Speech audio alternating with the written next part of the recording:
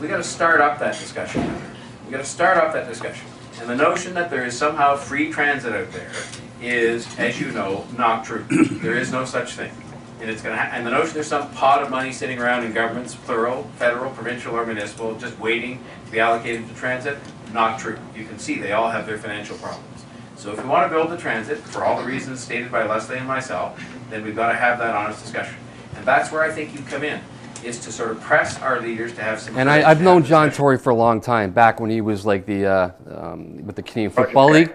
So I've known John like personally. And my only concern about John Tory is, will he make the mistake of putting out his platform and alienating his public, or will he just play it so close to the vest that you really won't even know up until it comes to the vote and afterwards what he's going to do? Second thing is we're going to have an honest discussion about the possibility for some radical solutions. I think we far too often reject things before we even open up our minds to considering them. I'll name one that is not a transit project, but it's the Gardiner Expressway. And I've changed my mind on this, because I've changed my mind on a couple of things. I'm going to make an honest admission about a second one in a moment. But I've changed my mind about the Gardiner in that I thought before we just couldn't afford to sort of really look at the widest range of options, including tearing it down, burying it, and things like that. And I'm now thinking to myself, if we're thinking ahead, I have 2 grandchildren now, and I'm thinking ahead to their life in this city, which I think of, by the way, as the greatest place in the world in which to live, notwithstanding our flaws, then wouldn't you take an honest look at tearing it down or burying it or whatever, and even if the cost is huge, you'd say to yourself, it's an investment we're going to make in something that's going to make this a much greater city and is going to allow transportation generally to be improved. Right back to the same question, which is what revenue tools are you going to use to raise the money to pay back the private sector? And I don't care whether it's saying to developers you can build a condo above a subway station but you pay the cost of building the subway downstairs, or whether it's you say that we're going to have income tax increases or sales taxes, or I mean there's a menu that Metrolinx has put one out, Civic Action's put one out, the Board of Trade's put one out. It doesn't change much. There's about 15 items on it. None of them are painless for people.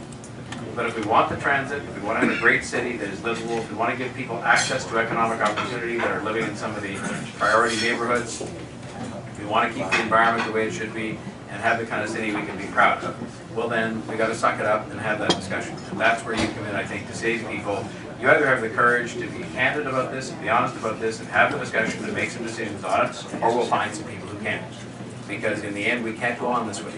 Simply put, we can't go on this way. I mean, this is a great city, and we're letting it down by failing to make these decisions. Sir, say right here and right now, you will renounce any support you have for road tolls. You will promise never, ever to bring in road tolls. This is an awful thing you've done, sir. It's terrible. You should recant right now.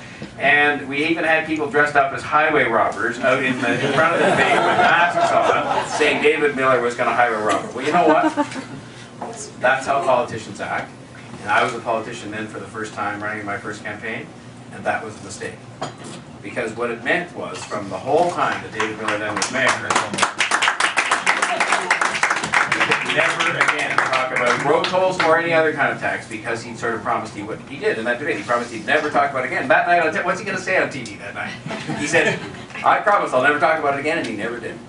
And you know what? So I performed a disservice at that time, and I did it for the same reasons oftentimes these things are done, for political reasons, because it seemed like a way to score a point on the guy I was competing with at the time. And it wasn't David Miller or me that lost. I ended up losing the mayoralty race. But the bottom line is we had way too much political involvement in deciding the sort of the wheres and the whens of transit being built. I'll be candid in saying, and I went to York University, I went to law school there, but that subway should not have been built ahead of a downtown relief line. And that's not because you're trying to sort of favor the downtown. It is simply because if you look at where the need is and the overcapacity or the undercapacity of our transit system at the moment, and you look at people missing 5 to 6 trains, at a single visit on a platform, that is where the need was. But politics came into it, and it's because when you have politicians there, I've been one, as I say again, they can't help themselves. They can't help themselves but to grandstand and to make decisions and say things based on what they think is going to curry favor with whoever votes for them, as opposed to doing what is in the broader public interest. And I think we need to get organizations like Metrolinx that have more authority and are as disconnected from politics as they possibly can. But you've got to keep the politics out of it and make sure that if you need a downtown relief line, because that's what's going to help people move in and out of the city, and that's where the undercapacity is at the moment, that's what you build first, and that you do that because it's the right thing to do.